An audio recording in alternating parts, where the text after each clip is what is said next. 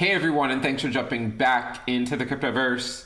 Today, we're going to talk about Bitcoin. Surprise, surprise. And we're going to be looking at some of these last milestones that we need to get past, okay? So if you guys like the content, make sure you subscribe to the channel, give the video a thumbs up, and also check out the Telegram channel, which you can find a link to in the description below. We also just had some new shirts made, so if you are feeling somewhat dubious and for some reason want to purchase a shirt, you can head on over to store.intothecryptoverse.com and you can in fact purchase a dubious speculation t-shirt with a nice little bee looking like the Bitcoin symbol. And also it's a V-neck, so that's a little bit dubious in and of itself. So there's two colors. You have navy, white, men's, and then these are for women. And then of course we have some other shirts on here too, if you're feeling extra dubious. Let's go ahead and jump back into the price and see what Bitcoin's doing here. Obviously I was looking at the 1 minute time frame on some of the live streams I've been doing recently. But now Bitcoin is at around 44K. Okay, it's around 44K. And what that means, it means a couple of things, right? Well, first of all, right now, we are above the 20-week SMA. Right now, we are. The 20-week SMA is coming in hot at around 43.8K. So maybe we'll go below it during this video. I don't know. I mean, we're basically flirting with the 20-week SMA right now. But that's a key level to watch. And some people are saying, oh, is this the part where we go back down and test it? Yeah, come on, right? I mean, this is not a retest of the 20-week SMA at this point. We have to have weekly closes above it. We got to go above it, then we got to come back down. We don't go above it by a few $100s or something and then call it a retest when it goes back down. No, this is not a retest. This is just us trying to close above it. So the bulls are trying to, to try to stay above the 20-week SMA. But I wouldn't necessarily call this like a macro level retest of the 20-week SMA. Furthermore, there is something we should keep an eye on, okay? Now, you guys know that the main moving averages that I watch are the 20-week SMA, the 21-week EMA, the 20, 50, 100, and 200 daily averages and weekly averages, okay? And we're above all of them except for one. Does anyone know which one? We're above all of them except for one. We're above the 20-week. We're above the 50-week. We're above the 100-week and the 200-week. If we go over to the daily time frame, okay, a little bit more dubious, of course, we are in fact above the 20-day. We are above the 50-day. We are even above the 100-day estimate. What are we not above? We're not above the 200-day estimate. And there is a reason to hone in on this one. There is a reason we should look at it, okay? Now, the reason, I can think of three, specifically this level, that is a nice area for us to get past. And then if we get past it and then, spend a couple weeks higher, and then we can come back down and test the 20-week, that would be what we want to see. This is probably going to be a pretty important level. And it's around 45K. It's around 45K. The 200-day SMA right now is at a very modest $44,909.28. So it's basically 45K. You can see it's actually slightly moving up right now. Okay, it's actually slightly moving up. If you go back 200 days, let's go back 200 days and see where it takes us. It would take us back to this area. So it makes sense that the 200-day SMA is going up because, again, we're now replacing falling prices with these rising prices that are above that level, okay?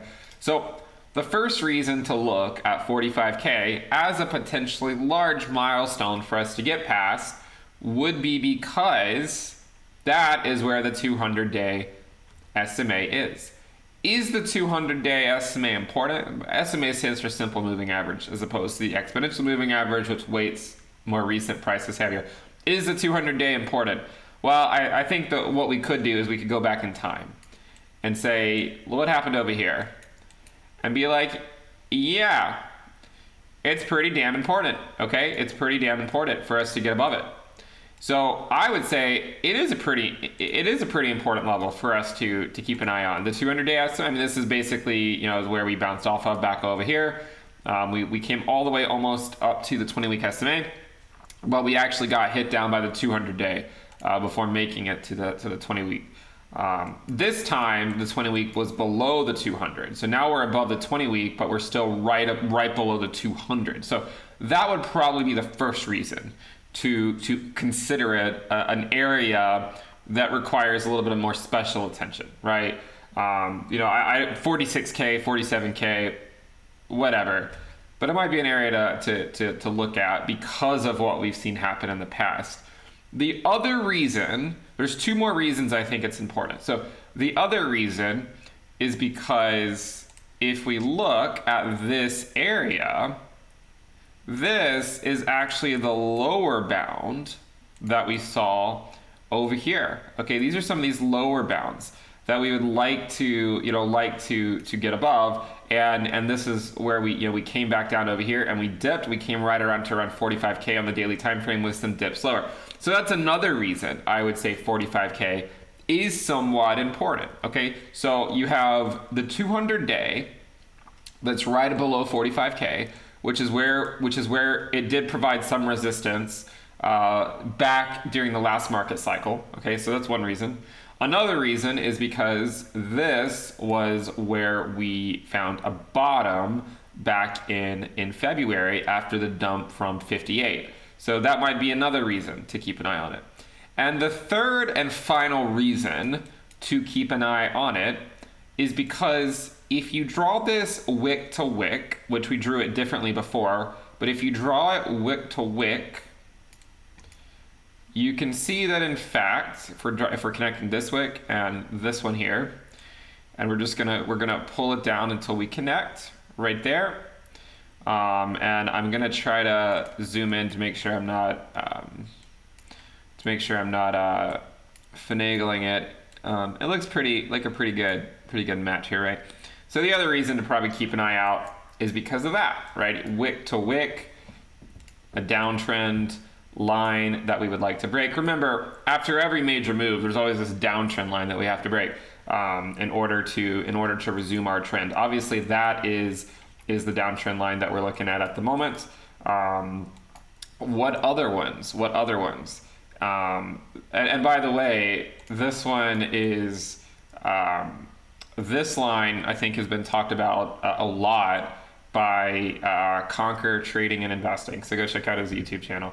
And he's been covering this trend line. I think he might have it drawn a little bit differently. I'm not sure, but it's more or less the same thing. Right? More or less the same thing. What else? Well, these are pretty important, right? I mean, you have the 200-day, which we need to get above. If everyone wants to see another leg to the bull market, right? Everyone wants to see that leg that'll hopefully take us to six figures. And the only question in my mind is not if it will happen. It's just a matter of when, right? Is it going to happen now? Is it going to happen next week? Is it going to happen 3 months from now? Is it going to happen 5 months from now? We simply do not know. I mean, we can make projections all day long, but really no one knows exactly when it will happen.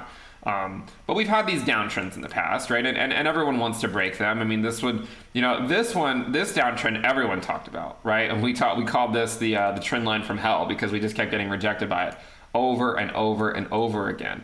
And then finally, we broke out, and then we kind of came back down, tested it as support along the 20-week SMA, and then we were off to the races. So when we look at this one, I would say, yeah, I mean, it's a pretty important line to get above, just to rejuvenate the market and say, hey, we are no longer in a downtrend, right? We're no longer in a downtrend. We have decisively broken out of it. Okay, so I would say this is a pretty important level. The 200-day SMA, it's important because it does provide a level of resistance if history is any indication. And then whenever we break above it after we come back down, it tends to lead to a pretty explosive move. So that would be an area to watch because of that. It would be an area to watch because it was the prior lows over here, and it would be an area to watch because of this downtrend line, which is, I'm drawing it wick to wick. if you want to draw this differently, which of course this is one of the issues with lines, and I'll say it, you know, forever, is that it's easy to subtly change them. Okay, so I could subtly change this to say, okay, well, I'm just going to draw it to say, you know, the body of the candle and connect it to that body of the candle, and it still comes out to be more or less the same. But there's other ways you could draw it, right? You could draw it from the top of the price and maybe to the body of the candle or something. I don't know. But anyways, if you draw it wick to wick, that's where you get it. Pretty important area to watch. So if you're wanting to see the, you know, us go above the 20-week, you know, substantially, this is the important thing. You know, again, people keep asking me, is this the test of the 20-week? No, I don't think this is the test of the 20-week. We need to have a weekly close above the 20-week before we can actually test the 20-week, right? It doesn't make sense to say it's a test of the 20-week if we end up having a weekly close below it, because then it's just like, well, it was a wick, and of course, no one who watches this channel, they sure as hell aren't getting out of bed for a wick. So this is an important area to watch, and I think it makes a lot of sense that we're getting some hesitation here. We got a hesitation right below the 20-week for a little bit. Now we're getting hesitation here.